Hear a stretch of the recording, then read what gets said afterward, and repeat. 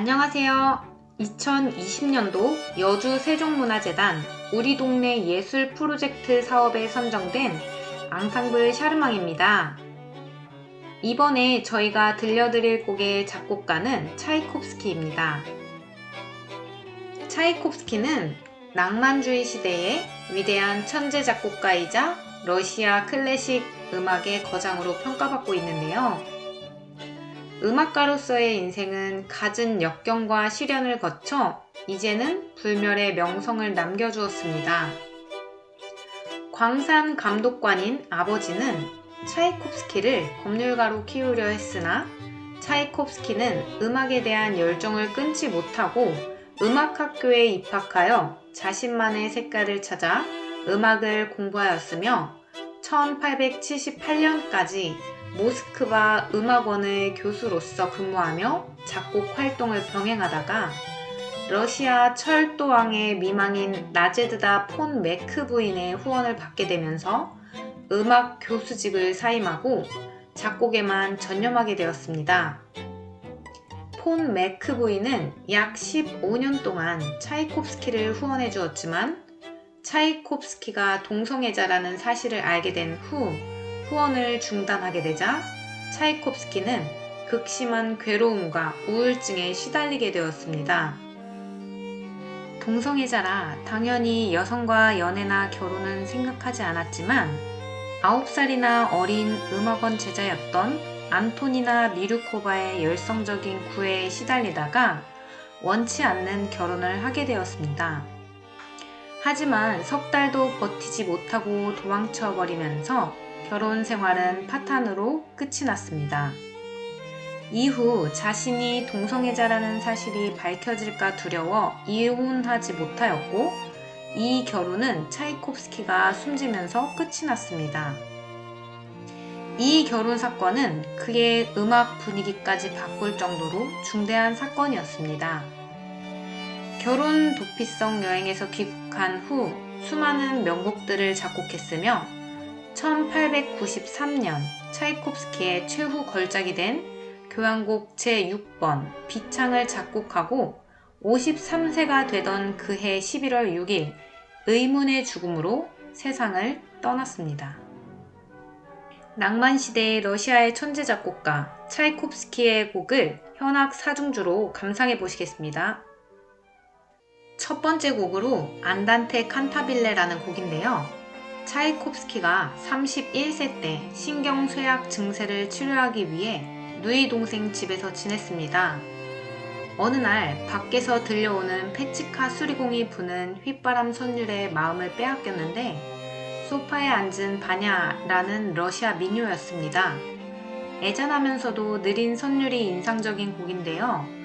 이 곡에 빠진 차이콥스키는 자신의 곡에 사용하기 위해 체보했고 훗날 현악 사중주에 사용하였습니다. 오늘 들려드릴 이 현악 사중주 1번의 2악장입니다. 안단테 칸타빌레는 특별한 의미의 제목이라기보다는 노래 부르듯이 천천히 라는 뜻의 음악 용어입니다.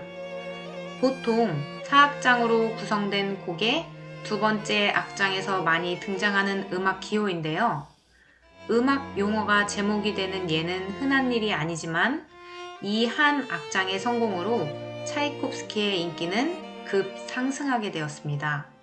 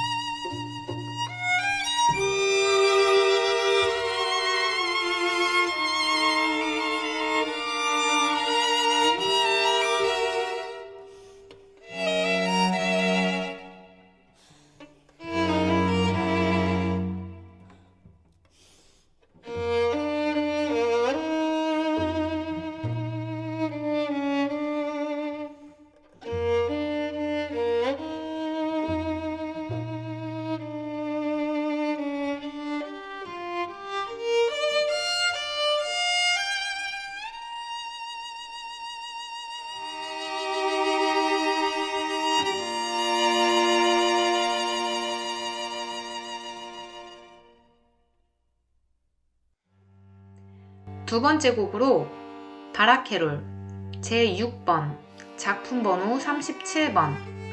바라케롤이라는 곡은 1875년 상트페테부르크 음악 잡지 누벨리스트의 편집장인 니콜라이 마트비에비치 버나드가 차이콥스키에게 매달 12개의 짧은 피아노 곡을 쓰도록 의뢰하였고, 차이콥스키는 수입 보충을 위해 제안을 받아들여 탄생한 피아노 소품곡입니다. 그중 6월달 잡지에 실렸던 곡으로 많은 사랑을 받으며 오케스트라 또는 바이올린, 첼로, 클라리넷 등 솔로 악기로도 많이 연주되고 있습니다.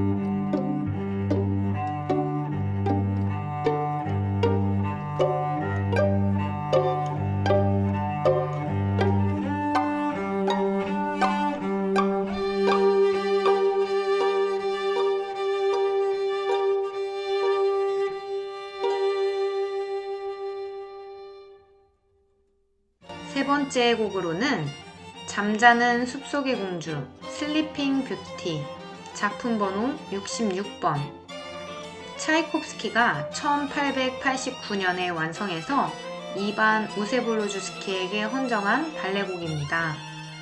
백조의 호수의 혹평 이후 오랜 시간 발레 작품과 담쌓고 있던 차이콥스키가 다시 발레 작품을 작곡하게 되면서 완성된 작품입니다. 이 작품은 백조의 호수처럼 호평을 받지는 않았지만 그렇다고 큰 호평을 받은 작품도 아닙니다. 잠자는 숲속의 공주를 작곡할 당시 차이콥스키는 상당히 바쁜 일정을 소화하고 있었는데요. 교향곡 5번 초연 준비와 연주 여행 등에서도 차이콥스키는 이 발레 음악에 열의를 다해서 작곡하였습니다. 후원자인 폰 맥크부인에게 보내는 편지에 이 작품은 저의 전 생애에서 그 무엇보다도 뛰어난 작품이 될 것이라고 말할 정도로 작품에 대한 애정을 보이기도 하였습니다.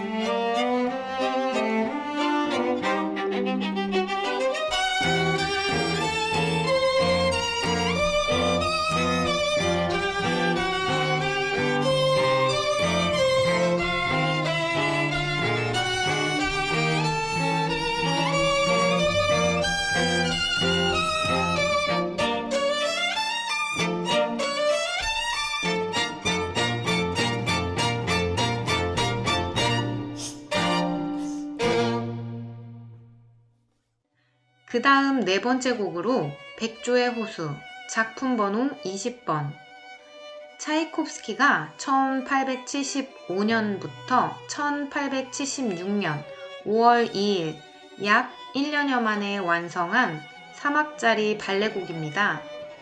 러시아에는 한국의 선녀와 나무꾼 이야기를 떠올리게 하는 전설이 하나가 있는데요.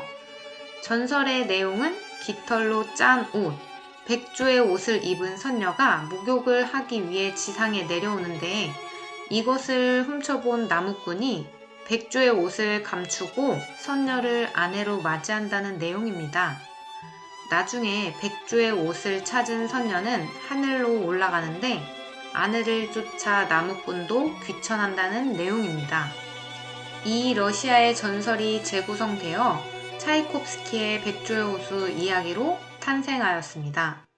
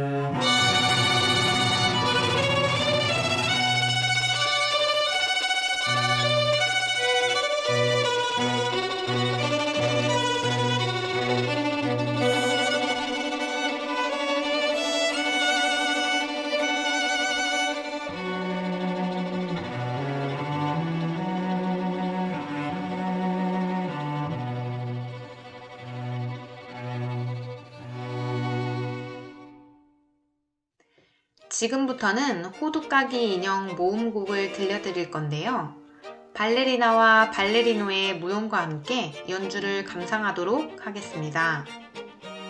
작품 번호 71번 호두까기 인형. 차이콥스키가 1891년부터 1892년 4월까지 약 1년여 만에 완성한 2막 3극의 관현악 발레곡입니다. 호두까기 인형은 백조의 호수, 잠자는 숲속 공주와 함께 차이콥스키의 3대 발레곡 중 하나입니다. 특히 이 발레 작품은 연말 공연장의 단골 레퍼토리로 오늘날까지 많은 사랑을 받고 있는 차이콥스키의 대표작입니다. 차이콥스키가 호두까기 인형 의뢰를 받았을 당시 그는 이미 유명한 작곡가였기에 바쁜 나날들을 보내고 있었습니다. 이미 오페라 이올란타의 작곡을 의뢰받았고 교향곡 6번 작곡을 시작한 상태였습니다. 여기에 더해 후원자인 폰 맥크부인과의 이별 등 정신적으로 감당해야 할 일들로 신체적, 정신적으로 피폐한 상태였습니다. 그런 작곡가에게 사실 호두까기 인형 작곡 의뢰는 탐탁치 않은 일이었는데요. 이는 호두까기 인형 이야기를 발레로 하기에는 다소 유치한 감이 있었기 때문입니다. 그러나 대본이 원작과 달리 세심한 계획을 세워 발레에 적합하게 각색하였기에 차이콥스키는 작곡에 동의하였습니다. 호프만의 동화 호두까기 인형과 생지왕을 원작으로 마린스키 극장 수석 안무사인 프티파와 이바노프의 대본에 곡을 붙인 작품이 오늘날의 호두까기 인형입니다. 줄거리로는 소녀 클라라가 크리스마스 이브 파티에서 호두까기 인형을 선물 받게 되는데요. 이 호두까기 인형이 왕자로 변하게 되고 클라라를 과자의 나라로 초대합니다. 왕자와 클라라는 동화 속 요정들에게 축하 환영 파티를 받게 되는 꿈속의 내용입니다. 지금부터 동화 속으로 함께 들어가 볼까요? 제1곡 자그마한 서곡으로 바이올린의 멜로디가 동화의 세계로 인도하고 있습니다.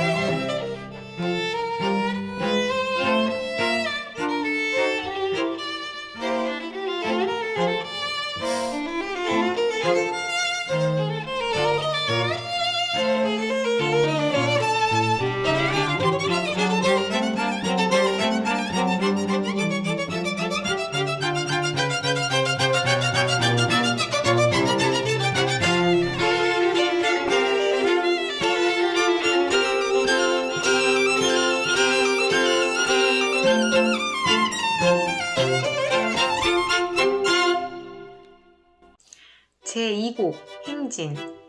크리스마스 이브 파티날 마리는 호두까기 인형을 선물로 받습니다. 그것을 탐낸 오빠와 다투다 호두까기 인형이 망가져 매우 슬퍼합니다. 제1, 2 바이올린에 멜로디를 따라 매우 좋아 날뛰는 천진난만한 개구장이들의 모습이 보이는 듯 합니다.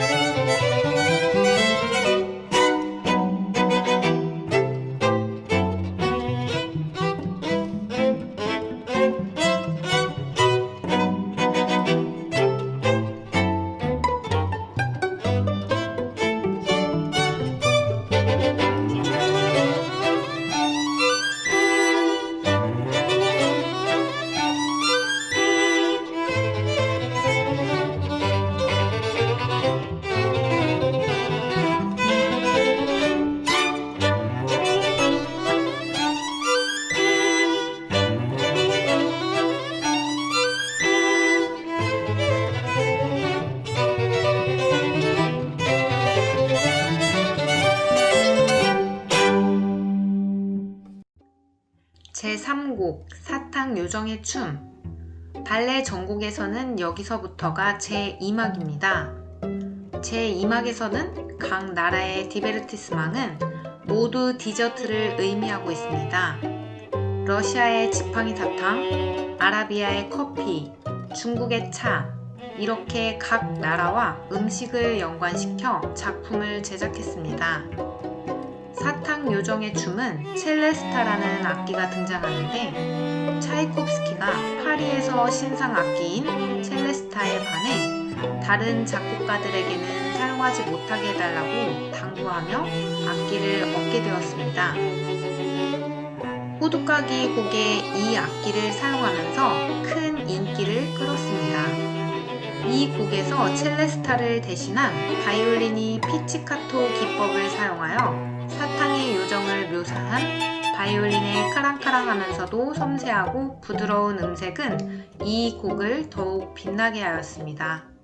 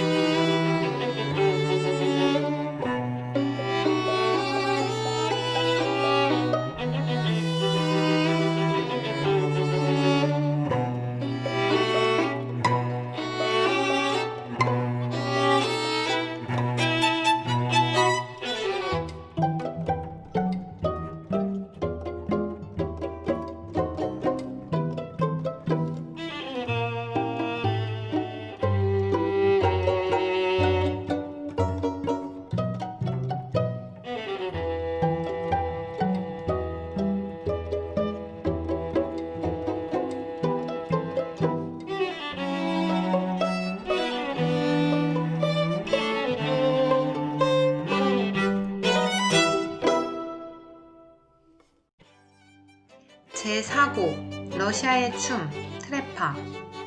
트레팍이란 러시아 농민들이 즐겁게 추는 민속 무용으로 아주 격렬한 춤입니다. 이 곡에서는 바이올린의 연주로 4번씩 되풀이되어 나옵니다.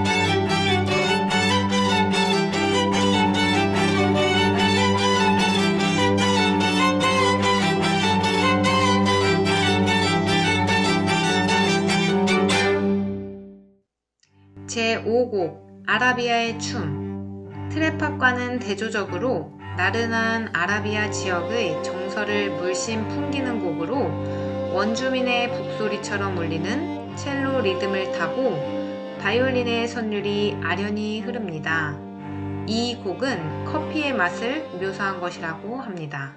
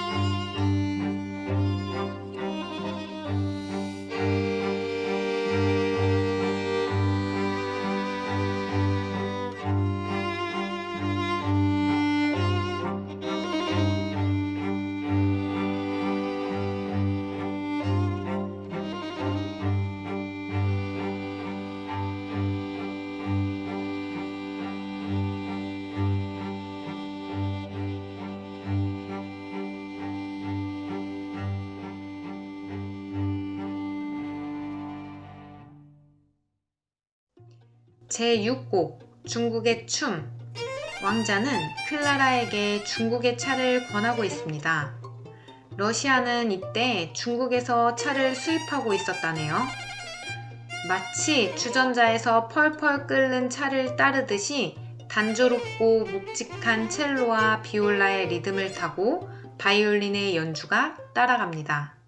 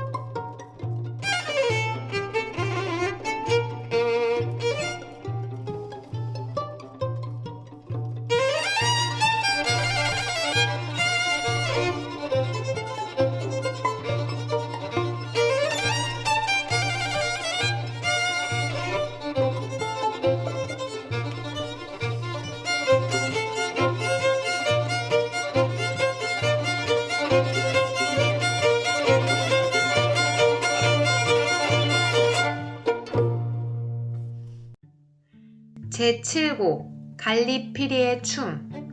장난감 피리를 모방한 것으로 바이올린이 산뜻한 멜로디로 이끌어 연주합니다.